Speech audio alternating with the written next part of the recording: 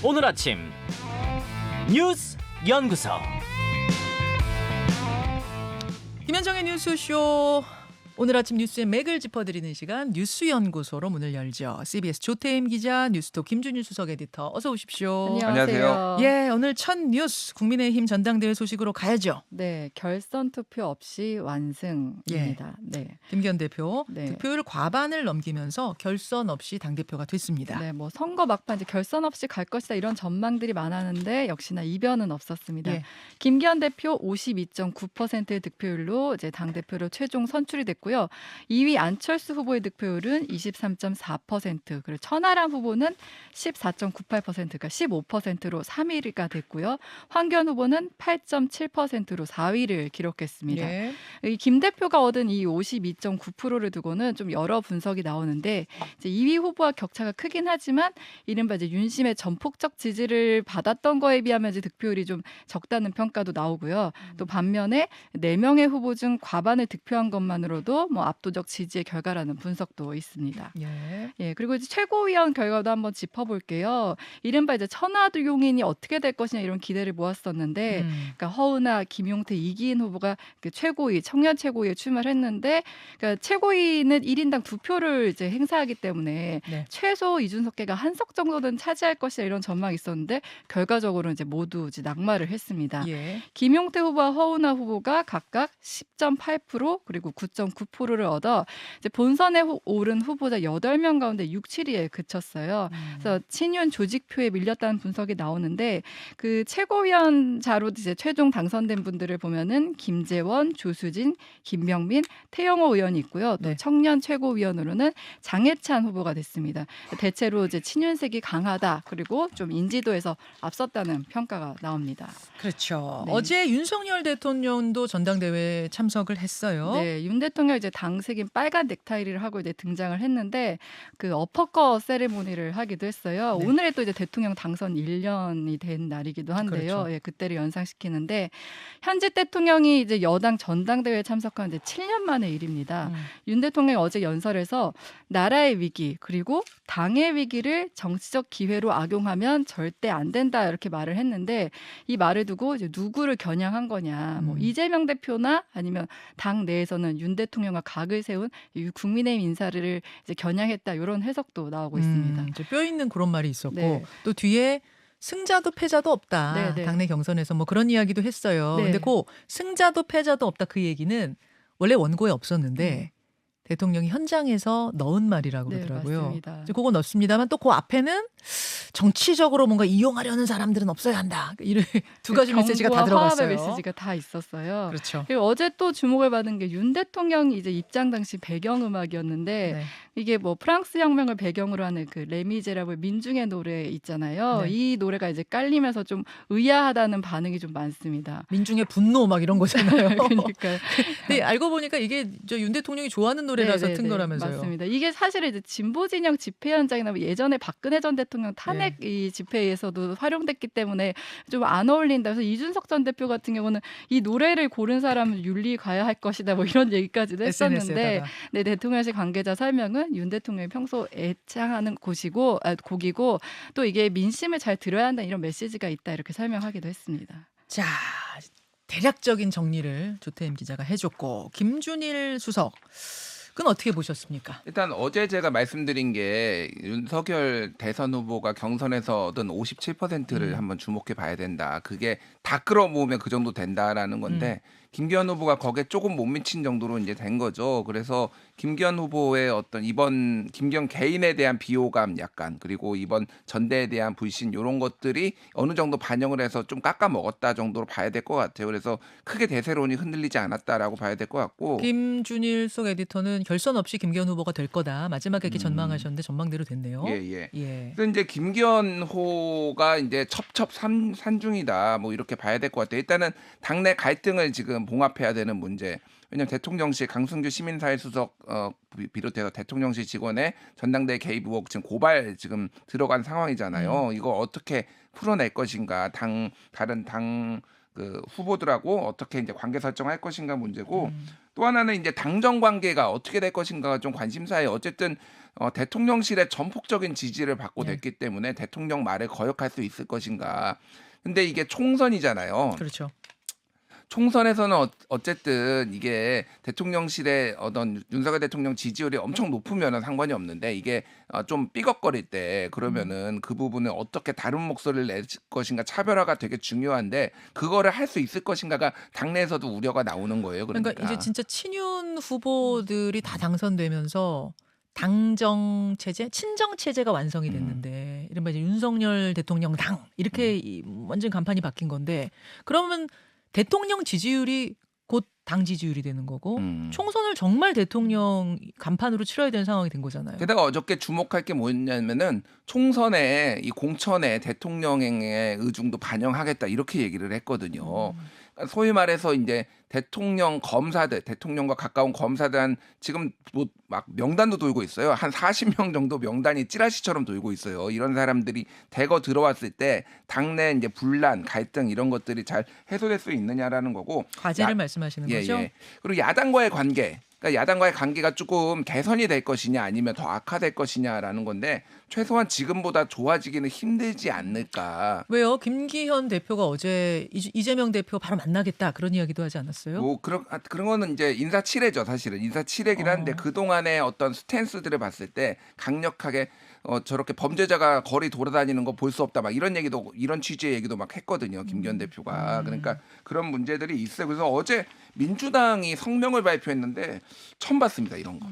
민주당 보통은 근데 음. 상대 당의 전당대회 같은 게 끝나고 나면은 첫날은 좋은 네. 얘기 하거든요. 덕담하고 이게 뭔가 부탁하고 네. 이를테면은 이런 것들을 잘해라 그런 건데 윤석열 대통령 속 시원한가 민주주의가 완전 사망했다. 그래서 김기현 대표가 당선됐는데 윤석열 대통령에 대해서 얘기가 나오고 속 시원하냐 완전 망했다며 정당 민주주의 완전 망했다 이런 식으로 해가지고 이제 앞으로 이제 여야 관계가 험난할 것을 지금 예고한 상황이죠. 자, 김기현 호의 이제 과제들 짚어주셨어요. 예, 여야 관계 어떻게 풀 것이냐, 총선 어떻게 치를 것이냐, 당내 갈등 수습 뭐 이런 것들 짚어주셨는데 오늘 뭐 이 국민의힘 전당대회 이야기는 판 준비돼 있고요. 또 월간도 준비돼 있어서 차차 풀어보도록 하고 조수진 최고위원 어제 당선된 조수진 최고위원과의 인터뷰도 준비를 해놓겠습니다. 조태임 기자 두 번째 뉴스로 가죠. 윤 대통령 국빈 방미. 예, 윤석열 대통령이 4월에 미국을 국빈 방문합니다. 네, 윤석열 대통령이 다음 달 말 미국을 국빈 방문해 이제 한미 정상회담에 나섭니다.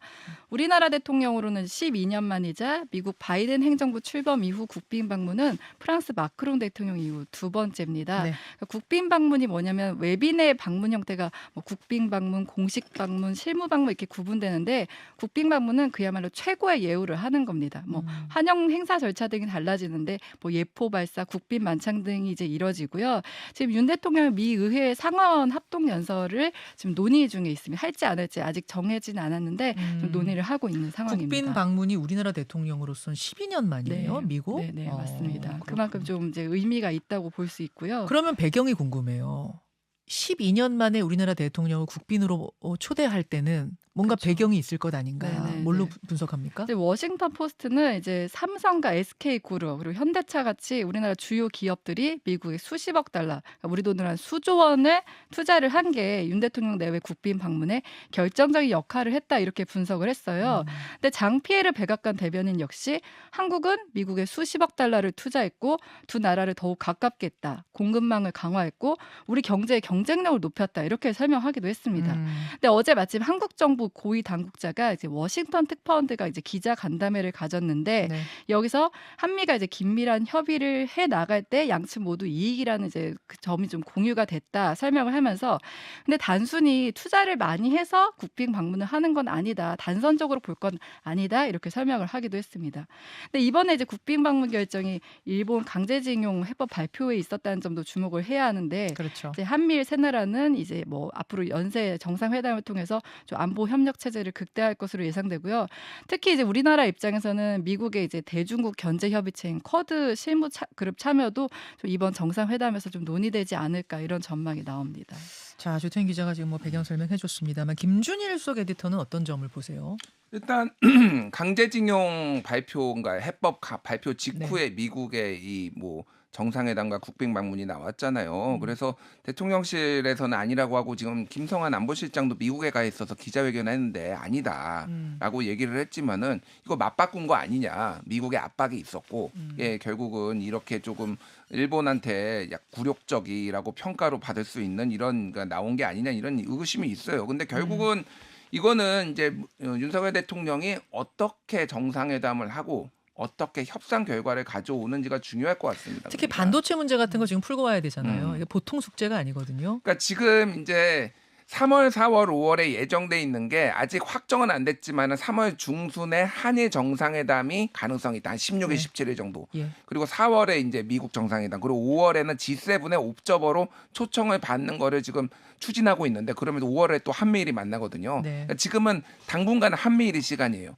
그럼 여기서 나오는 게 이제 북핵에 대한 대응, 이제 해구산을 실질적으로 강화를 하고 이거에 대해서 한국의 목소리를 미국이 일방적으로 결정하는 게 아니라 우리도 여기에 목소리를 내는 것들을 이제 얘기를 하는 거. 요 안보는 사실은 예정된 건데 가장 중요한 건 아까 전에 말했지만은 한국 기업들이 지금 미국의 여러 행정적 조치로 피해를 지금 보게 생겼거든요. 인플레이션 감축법 그리고 지금 반도체법 이런 데에서 지금 보조금을 받으려면은 너희가 받은 이 이익을 앞으로 받을 이익을 다 우리하고 미국 정부하고 공유하자. 공유해라. 나누자. 그리고 너희 시설 어떤 건지 다 개방해라. 뭐 이런 것들이 그러면 이제 기밀 유출 뭐 이제 네. 뭐 우리의 기술 유출 이런 것들이 우려가 있는데 이거를 해소를 할 수 있을지 없을지가 관건이에요. 사실은 예. 인플레이션 감축법의 그 자동차 문제도 지금 미국의 립 서비스는 있었지만은 아직 진전된 게 없거든요. 그러니까 이게 지금 외교가 지금 뭔가 어음만 받아오고 지금 현금은 다 내주고 있는 그런 상황. 이 경제 문제에 있어서는 그러니까 뭐 이를테면 뭐 사우디나 뭐 중동하고 MOU도 맺었지만 그것도 일종의 어음이잖아요. 그러니까 그거를 실질화하고 현실화하는 지금 외교의 능력, 숙제 이런 것들이 지금 굉장히 중요한데 이번에 진짜 실력, 윤석열 대통령의 진짜 실력이 지금 나올 것 같습니다. 예, 그러니까 눈에 보이는 결실을 얼마나 걷어오느냐, 요거를 이제 같이 보면 된다 그 말씀이세요. 자, 세 번째 뉴스 넘어가죠. 투표 줄 서다 날벼라. 사고 소식인데 네, 어제가 이제 제3회 전국 동시조합장, 그러니까 농협, 수협, 뭐 산림조합 등 이제 조합장 선거일이었는데 예. 전북 순창군 구림농협에서 농협 조합장 투표를 기다리던 유권자 20여 명이 1톤 트럭에 치이는 사고가 있었습니다. 저는 어제 이 트럭이 농협 투표 줄 선 사람들을 덮쳤다길래 테러인가 했어요. 이게 어떻게 된 일입니까? 얼마나 다쳤고요? 일단 이제 사고 그 상황을 말씀드리면은 지금 현재 80대 여성 1명과 70대 남성 2명 그리고 70대 여성 1명 등 4명이 숨졌습니다. 사망자만 4명. 네, 그리고 부상자는 16명인데 이들 중 중상자가 지금 4명이라서 예. 추가 사망자가 나올 수 있어요. 그리고 앞서 이제 말씀드린 것처럼 다들 이제 60대 이상 노인이었기 예. 때문에 더 이제 좀 피해는 늘어날 수 있는 상황이고요. 어쩌다가 사고가 난 거예요? 그러니까 이게 아까 말씀하신 대로 음주운전이야 무슨 약물 투여야 뭐 이런 의심들을 이제 했던 건데 아니 그리고 조합장 선거 망치려는 뭐 테러라고 그렇죠. 생각했다니까요. 네네. 처음에 그거 아니라면서요. 그건 아니고 이제 운전자가 74세 이제 고령 운전자라고 합니다. 그러니까 브레이크를 밟으려고 했는데 엑셀레이터를 밟아서 이제 실수로 인한 세상에. 걸로 지금은 파악되고 있는데 이분이 인정을 한 거죠. 내가 네네네. 잘못 눌렀다. 맞습니다. 네. 그래서 네. 고령 운전자의 과실로 인한 걸로 지금까지는 확인되고 있습니다. 여기까지 함께하겠습니다. 두 분 고맙습니다. 고맙습니다.